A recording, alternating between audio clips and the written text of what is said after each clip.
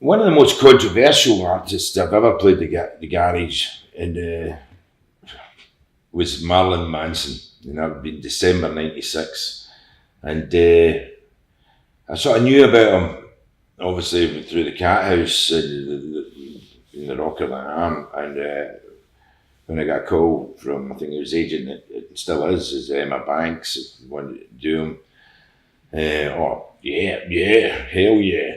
This guy was creating all sorts of trouble and getting all sorts of damning press for his stage show, for his look, neo-gothic.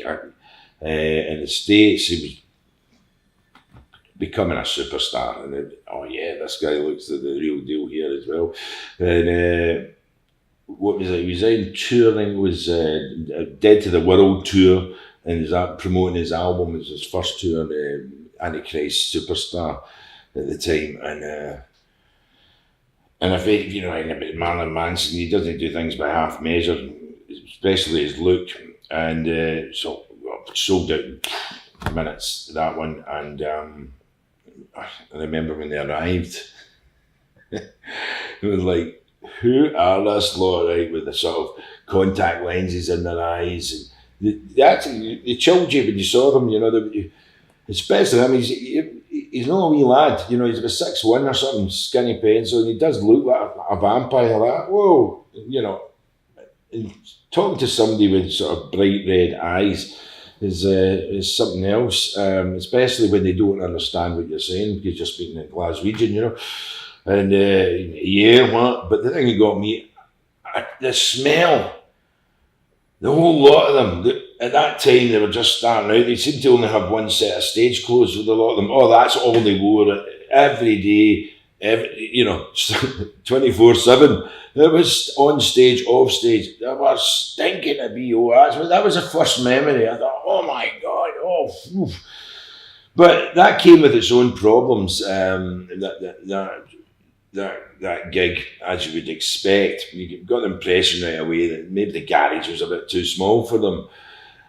Maybe they didn't want to do it, but you know, because they had been selling out some larger shows in the States and around Europe, but you just got the impression that it was as if they didn't want to be there to start with. And outside the front door, we had this staunch religious man, Pastor Jack Glass was his name, and he was famous for his days of berating Billy Connolly back when he did the Crucifixion album, and oh no, we were all getting cast to hell, and you know, that we were all Antichrist and want damn us all to hell, you know, because of the Antichrist symbols, are upside down crucifixes, upside down crucifixes. He would, you know, he's there with his placards, thou shalt be cast to hell, thou shalt be, you know, I think burnt at the stake, you know, really wants. So the crowd were all outside queuing, dressed like Marilyn Manson with some tight gothic makeup or black and white. They were not telling me, I get to fucking all this. And that was, you know, creating a big problem. And, you know, the police were called, you know, to try and split it up. And anyway, that's all going on outside. And meanwhile, we got sort of walking about with the air freshener like that inside, you know, every time we walk by. And of course, they didn't have any pockets in their jackets to put bars of soap in and all that. They were stinking. But eventually, the crowd come in, you know, again, all waiting on this. What's it going to be like? And he comes on, yeah, as I say, wearing these big, huge boots that he wears up in there was a brothel creepers at the time. Oh my God, what a performance. Absolutely brilliant. You know, then the crowd just go daft, or us try stage dive, you know. He picks up an empty plastic water bottle, or you know, maybe a wee bit, and throws it into the crowd, you know, being big and calling it rocky and gothy and vampire. And one of the wee guys in the crowd picks up and goes, what the fuck are you throwing? And whacks him in the napper with it, you know. So that was it. Cue Marilyn Manson off stage, and they all leave the stage. They're like, and refuse to go back on.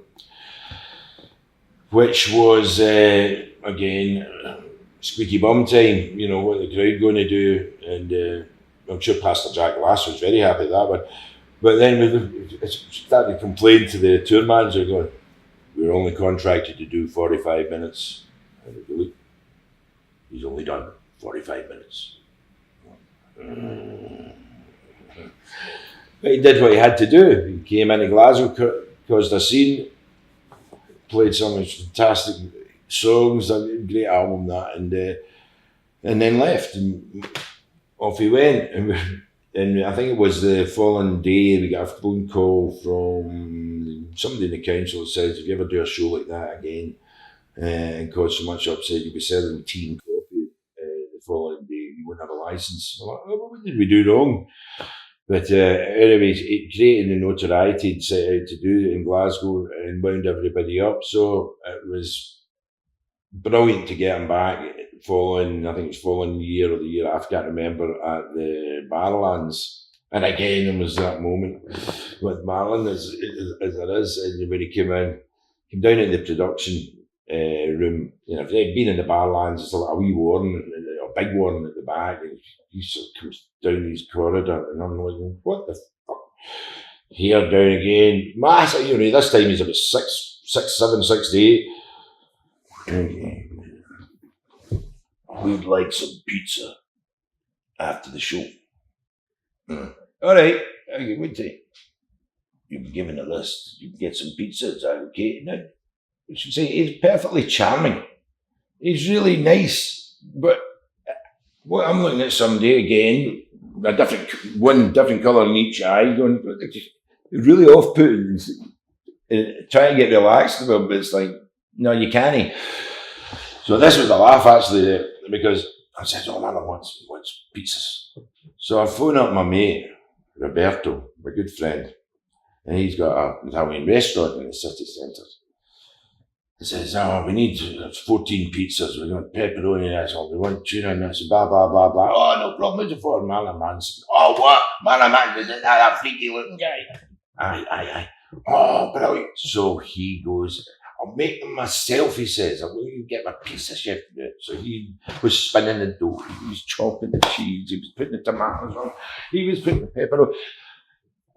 Oh, you know, lovely oven-baked pizzas. And then he and I struggling with all these boxes of pizzas at the Barrowlands, which we then take him up to put in the dressing room. The band are all looking at him, and he's like that. Hey, pizzas. Oh dear. Marilyn Manson came down after. And he went, how are your pizzas? Shit, we wanted Domino's. What do you fucking mean you want Domino's? Stop. So that was a moment there. I seem to remember that was a cracker. And since then, done a Braehead, Gig in the Green, yeah. And I remember the Gig in the Green one only for the fact that his rider said they wanted a cat litter tray.